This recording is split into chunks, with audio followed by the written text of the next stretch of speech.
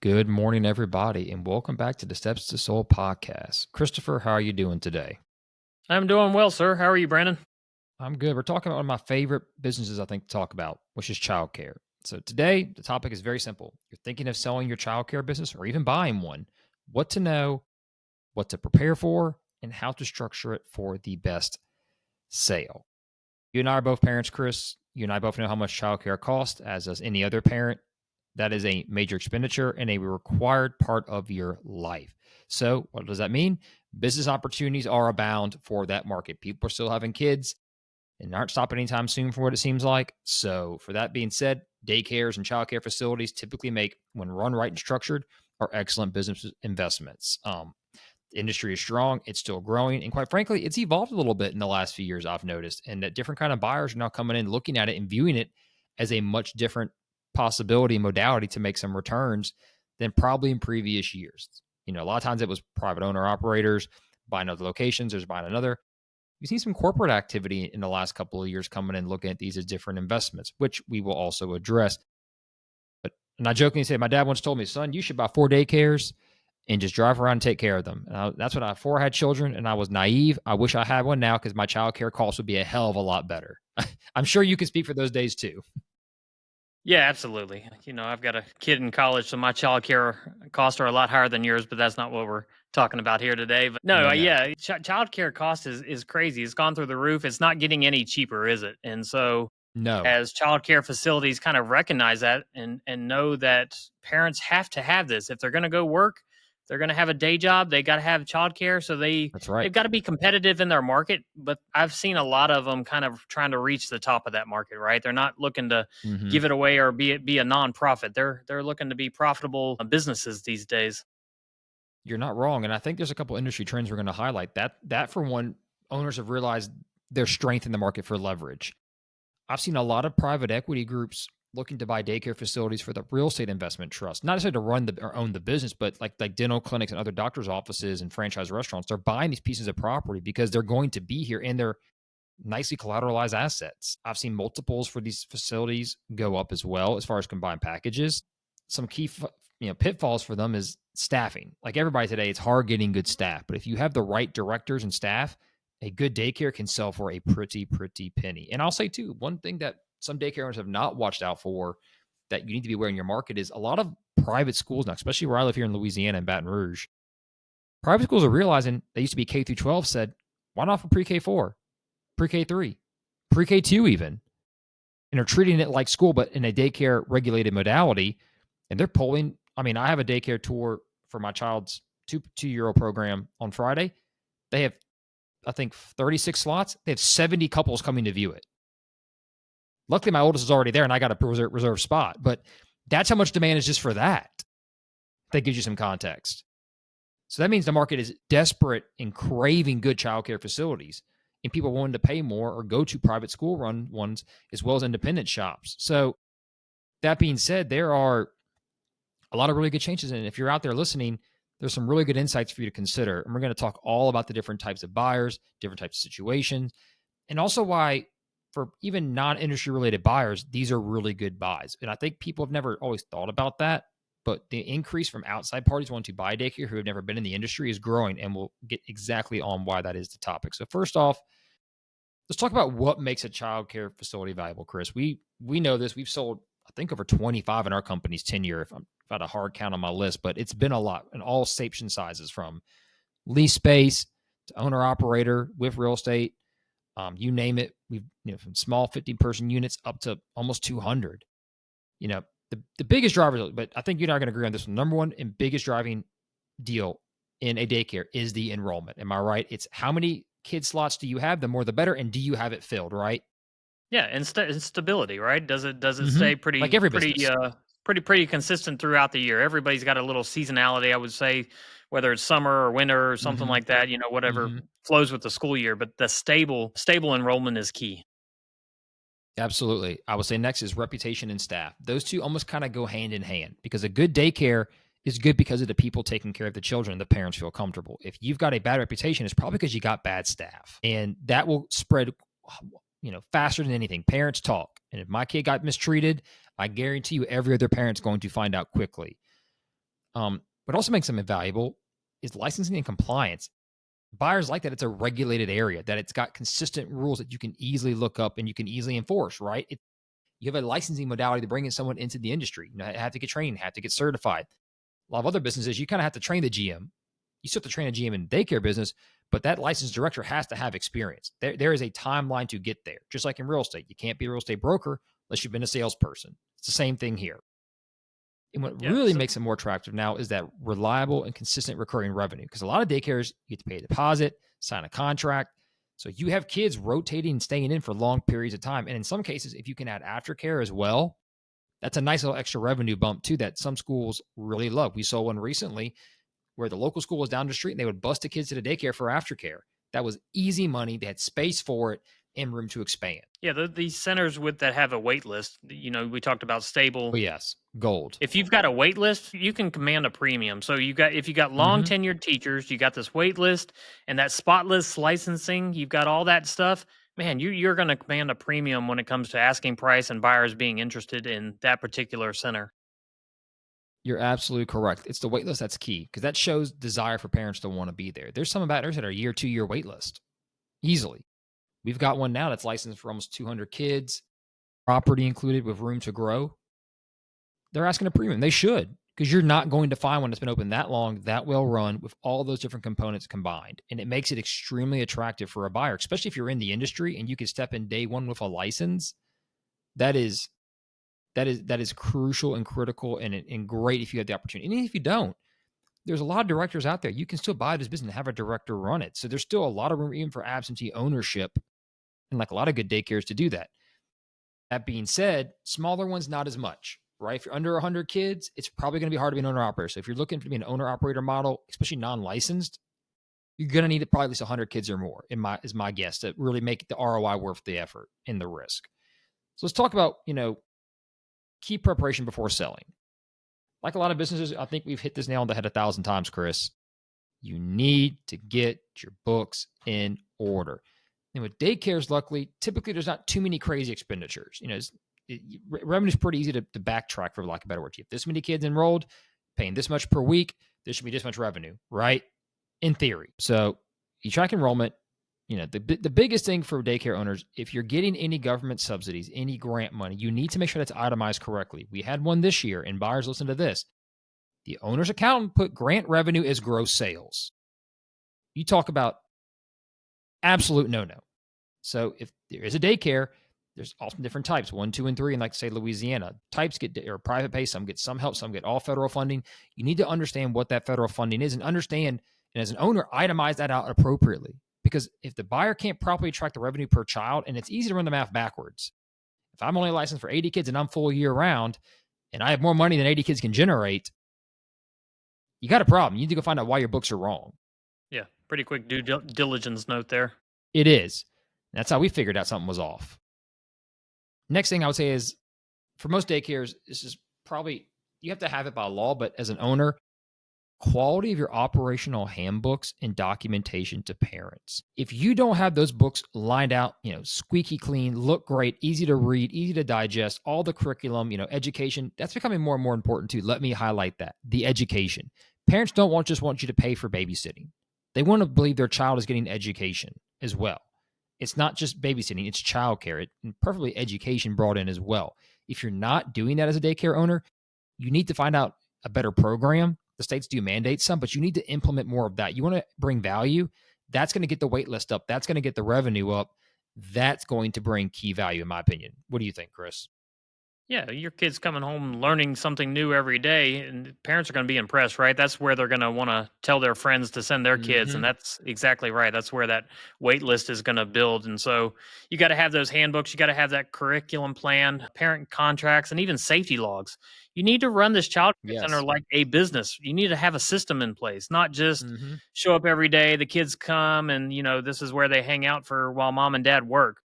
The more you operate this like a business, the higher value you're going to have when it's time to sell it or whatever comes along to divest of that business. You're not wrong. And a lot of times we hear owners talk about, well, I love the children. I work really hard. I'm there. It's like, I'm glad you care. That is so important that culture is there. But when a buyer's looking at a business, you're not going to be there. So it doesn't matter how much you're there 40, 50, 60 hours a week caring for the children. It's good that you do that, and that's important, but that's not transferable. We talk all the time about that, right, Chris? Transferability.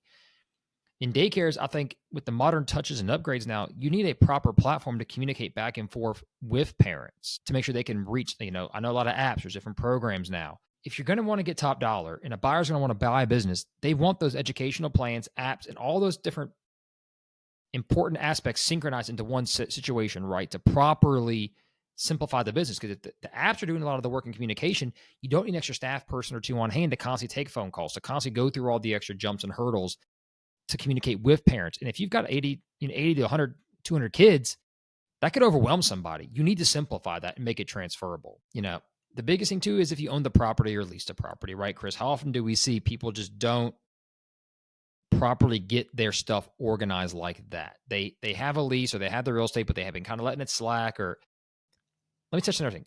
Is it clean? You'd be amazed when daycares, oh, my place is spotless. My workers clean all the time. I walk in there, put my finger on the desktop, and I just pick up a big old piece of dust, right? That matters. That matters. Parents want to see a clean facility, right? Would you send your kid to a dirty facility? Oh, no, no, no, no. And I think another important aspect that when I meet with a client who has a childcare facility, they don't know whether they want to sell it or lease it if they own it. And that's really important to know from the start because we're going to attract two different types of buyers. You really need to understand whether, hey, It's so true. I'm wanting to sell this or I'm absolutely 100% only wanting to lease it. Most businesses that we list, you can kind of be on the fence. I'd say this is not one of those because it's really No. it's ingrained in what the business is. You sell a manufacturing facility, they can move somewhere else if they want to. But you're selling a childcare facility, that's where the parents go to. And that's where they know the location is. So it's absolutely critical of whether this is going to be sold or leased because buyers are going to come in and they're going to want to know. And it's going to dictate which buyers are really willing to move forward and which ones are financially qualified because now you've got a much higher asking price if the building has to be sold. You're absolutely correct. And with licensing and kids per square foot ratio, that matters where the location is. You can't always replicate that or you're grandfathered in. And I'll even add this too for financing contingency purposes. This is where the property makes such a big difference if you're selling both. I know people like to say, I'm going to keep the property, make the lease income. Sure, that's fine. I understand that. But what gets daycare sold more often than not is that the property is worth more than the business, at least 51% more on a transaction value. We talk about this all the time, right, Chris? When you can get that 25-year AM from the SBA in a daycare business, that makes it exceptionally sellable.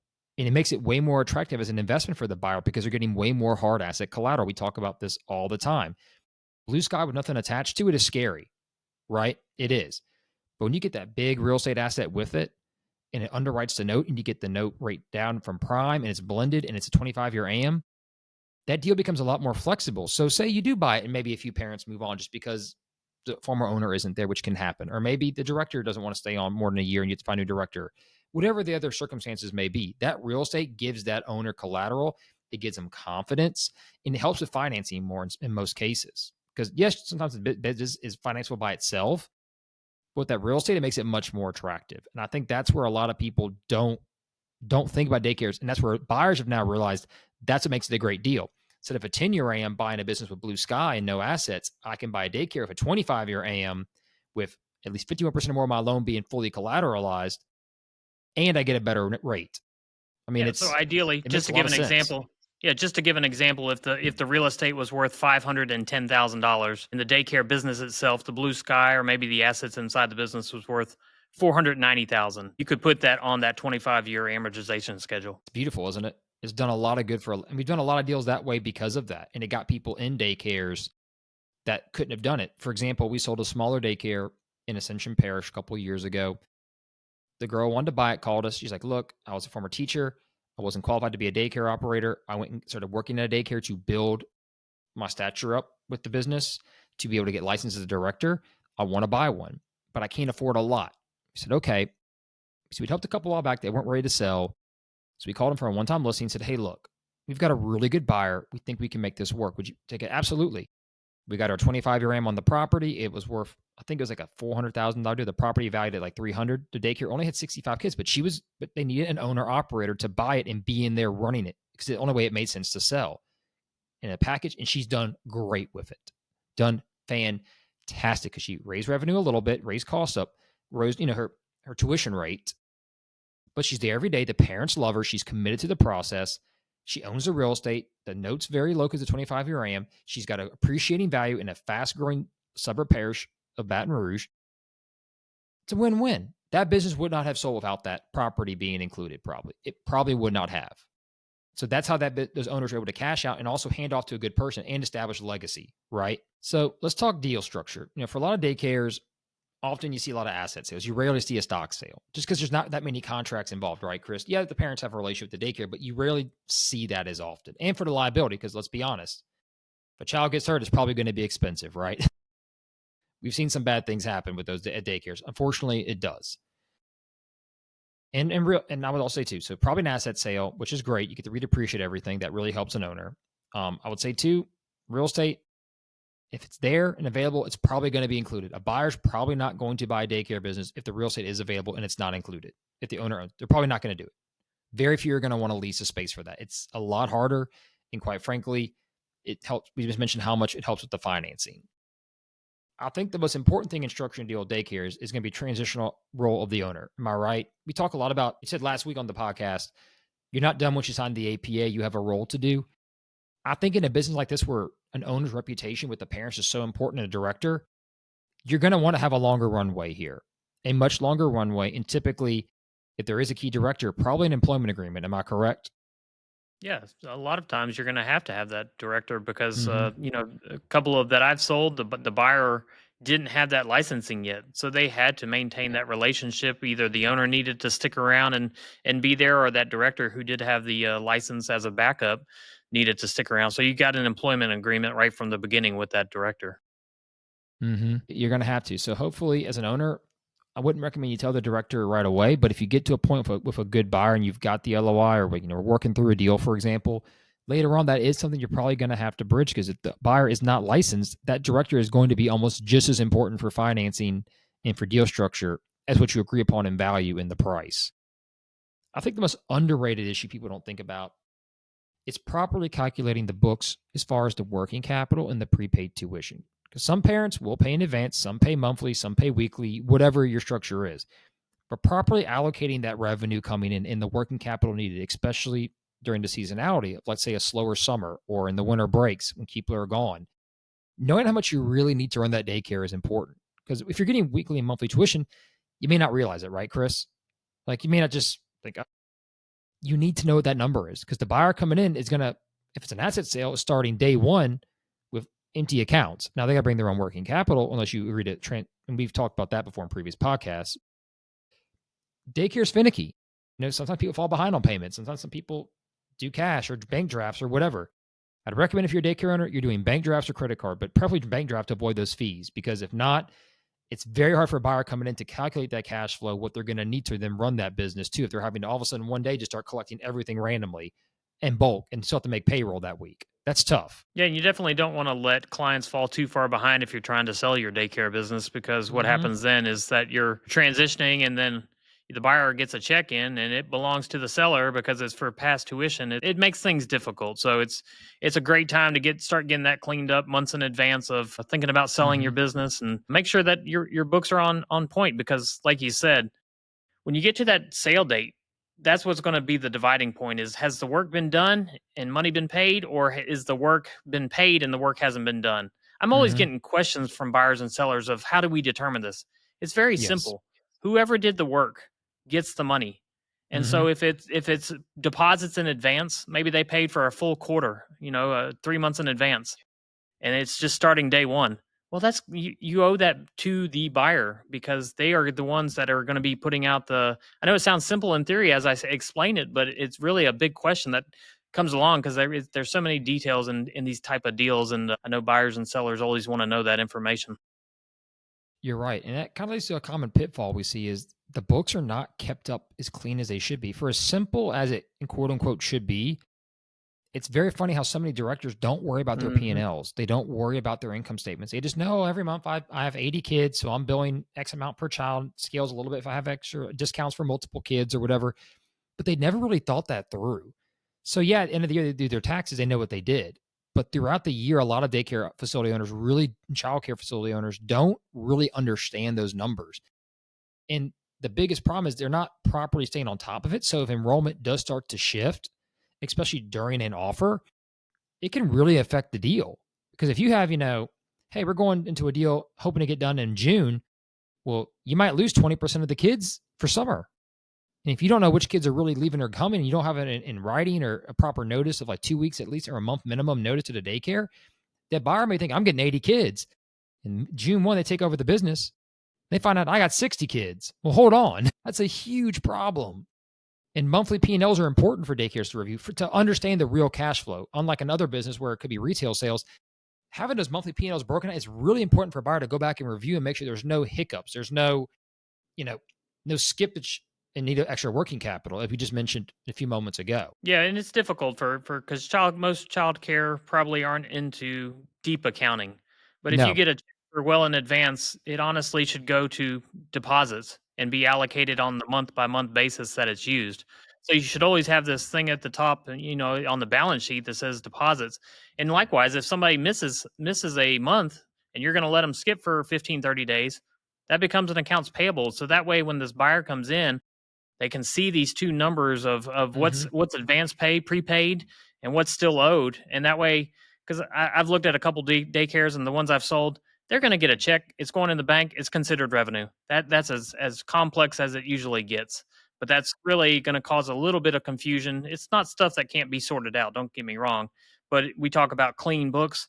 That's going to help you have clean books if you're accounting for things the right way. And bookkeepers and CPAs can help you do that. You've just got to tell them what is what. You're 100% correct. And I see some daycares take cash, take credit card, take automated statements from a bank. You need to make it really one or two payment methods, and that's it. Because quite frankly, if not, it's going to be impossible to truly account for where your revenue is coming in and how often and how accurate. I've seen too many daycares kind of fumble over that idea, trying to be too accommodating. It really isn't worth it when it's time to sell because you really can't verify everything. I remember we had one daycare that we sold for 1.3 million. It would take months to get P&Ls from them because they had to go back and try and figure all that out. And it's like, it would kill buyer confidence. Eventually, we found a really good buyer. It took way longer than it should have. Again, that buyer got a 25-year AM because of the property. All things we talked about previously applied. But the bookkeeping was the hardest part. Hey, I need P&L for the first quarter of the year. Get that P&L in the third quarter. Like, that's not a recipe for success, Chris. And they were owner operators and they did a good job. They built a good brand, but they cost themselves probably a couple sales in the process throughout that timeline because they weren't ready. And that's, if you're listening out there, don't make those mistakes. So on top of that, I would also like for daycare owners to realize, besides the revenue count as far as enrollment, the next biggest question a buyer is going to ask is, how tenured is your staff, right? Knowing how long they've been with you and you don't have to give employee names right away. Having a list ready of the amount of employees you have, how long they've been with you, how many have daycare licenses, or on top are qualified to apply for a daycare director license. That is very, very important. No one wants to buy a business where half the staff is gone every other week. That's a giant red flag. You've got to get that under control. And I know it's hard today's market, but you've got to do it. Especially highlighting those directors who have responsibilities and what their pay is, because a buyer coming in is going to figure that director is going to want more money, especially if I'm an absentee owner, right, Chris? And if there's no meat on the bones, and I'm dependent on that daycare director holding me and my investment of $1 to $2, $3 million afloat. That's a little scary, a little tough. Yeah. Yeah. Yeah, it's a competitive landscape, the child care center, and I think a lot of centers try to be too competitive. They Mm-hmm. you've got to charge what you've got to charge to cover your overhead, cover your directors, and find ones that are going to show up every day and get the job done. And Mm-hmm. if you're skimping on all that stuff, you're really you're not You're a building a bubble. complete business yet. Yeah, you've got work to do. And so you've got to get those rates up and so that you can charge enough to do everything that you need to do to make it a good business, grow equity in it. And part of the problem is that people take their eye off the ball. It's kind of like you said before. Yes. Hey, I just love watching kids or helping kids and helping parents. Well, that's great and all. But you're spending your days when you could be building equity in this business as well as doing that. Don't get me wrong, that is Mm-hmm. very important. But you can be doing both, but you've got to have a kind of a business savviness to the way you're running your childcare center. Mm-hmm. Very, very important. You're right. And I've seen, we've seen owners do silly stuff like buy $30,000 in playground equipment because it makes it look nicer. Does that generate you revenue? Let's be honest. Yes, parents want to see decent equipment, but as a whole, 30 grand for an outdoor playset is absurd. I mean, I've seen stuff like that. And it's like, you're not going to get the ROI back on that anytime soon. Go find a better option. Be considerate of your space. If you're looking to start a daycare business one day to sell it, don't box yourself in on space. Don't limit your ability to grow. Daycare's a lot like, excuse me, like restaurants. You only have so many seats and license space for kids. So if you don't really think long-term how to grow and scale that business, you're going to be limited to what you can do. The best daycares we've sold are ones that went to semi-outlying areas, bought a lot of property, built a good-sized facility to start, 8 to 10,000 square feet, and have plenty of space to expand, whether it's an aftercare center in the back, whether it's a big playground now that can be converted later on into a more facility for children, whether it's the building from the beginning to properly accommodate the square foot ratios and size for certain kids and age groups. That's so important and understanding, thinking that far ahead as an owner. And if you haven't, look at your square footage. Are you maximizing it? Are you getting the proper layout based on the rooms? Or do you have the proper build out? Or if you don't, how limited are you? Because then it's going to limit what you can actually do with this business. So, and buyers look at that very, very, very closely in their perspective. Is the square footage ratio being used properly? Am I getting the right number of staff to teach a ratio? Or can I expand here and get more older kids or bring in younger kids? Whatever it may be. That is very, very, very important. And I think often owners, like you said, they get on the ground playing with the kids. They want to be there. They want to know all the families. They want to be so invested and they want to be in that daycare and watch every teacher like a hawk. That's great. But you have got to devote time to that business aspect of it as well to set it up for success post you, or to at least take your foot off the gas and not be 60 hours a week owner operator, maybe 20 hours owner operator. But it doesn't mean you can't be there, can't be involved, correct? But you need to get that separation too, in my opinion. Because everybody's calling the owner because they want something done. Your business isn't transferable. You are the business. Yeah. Your director needs to be handling those phone calls and handling those types of conversations. I think daycares are a business where you're only as good as your director. And if you're out there as a buyer and an owner, that director is the most important person you have in that facility by a mile. So if you're going to sell a facility and you've got a director you're kind of questionable on, go find a better one now. Yeah. Or get a second one on staff you can trust. Because if that director represents the business and a buyer comes in and they don't like that director, you're not going to sell that business. You're not going to do it. No. Great advice. It's not going to happen. Because that director is everything that falls liability-wise. That director is responsible for breaking up problems, protecting the safety of children. So, and like other businesses, daycares have high insurance issues with that. There's a lot of risk there. You're taking care of children who don't know what they're doing. If you're like kids were like mine, Chris, they'll eat anything on the floor or anybody else or anything. I mean, poo, whatever. Like you just don't know. Things happen. Kids get sick. Like it's a nightmare as a parent. We've all been there. So daycare expenses are a little bit different in that way too. I think we kind of covered everything there. I know we could dive in a little deeper and micromanage some topics, but we kind of wanted to give you all the basics today of what and why daycares are popular. Because often they produce good revenue, they have good profitability, and the biggest thing, Chris, we talk about all the time, are they transferable and are they financeable? And that's what they typically have going for them better than other businesses, especially because they don't have that much blue sky, right? Perfect. Absolutely. Well, I think we covered that, man. I know it's a little shorter episode than usual, but I think it was a very insightful, and we'll have some more industry-specific episodes as well coming up for all you listening out there as well. We're trying to pick some fun areas that we see a lot of that I think a lot of buyers maybe don't always think are great investments, but when they see the numbers and realize that's way better than buying a franchise restaurant or a quick service restaurant in a strip mall. Daycare, you can hold on to a long time, make a great return on your investment. I can promise you. And a lot of the daycare buyers we have not bought one, but two or three. They get in it, they love the industry, and they grow it like crazy. Well, I think that's all right, Christopher. Did I miss anything? Did you want to add anything? Am I just having too much fun today over here? I think we covered childcare A to Z, man. I don't think I don't know if it's recession proof, but people are going to keep making children, so it's always going to be a business that's around, right? You're right. We had a guy about maybe 20 years ago. My dad was here.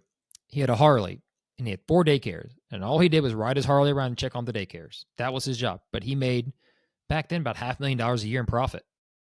Just checking on it. It's really is. If you run them right, they can be great businesses. And I think they're often overlooked businesses for investors. Investors, everybody wants what? The shiny manufacturing, the shiny industrial, and all this other great stuff. Children are coming and going every day. You get the right daycare, you get a wait list, you can just count the money almost. You can almost print the money. I hate to say it. It's not 100% true, but you can almost do it. Well, on that note, I think we've covered everything today. If you're out there listening, you have any questions, comments, concerns, any industries you want us to talk about, feel free to message Chris or myself. We're happy to discuss them. We've sold about everything in the state at some point in some different areas in the Gulf South. So we've got some insights we'd love to share with y'all. On that note, I am Brandon Bourgeois, my co-host Christopher Sater. Y'all have a wonderful day and stay tuned for the next episode. We'll see you there.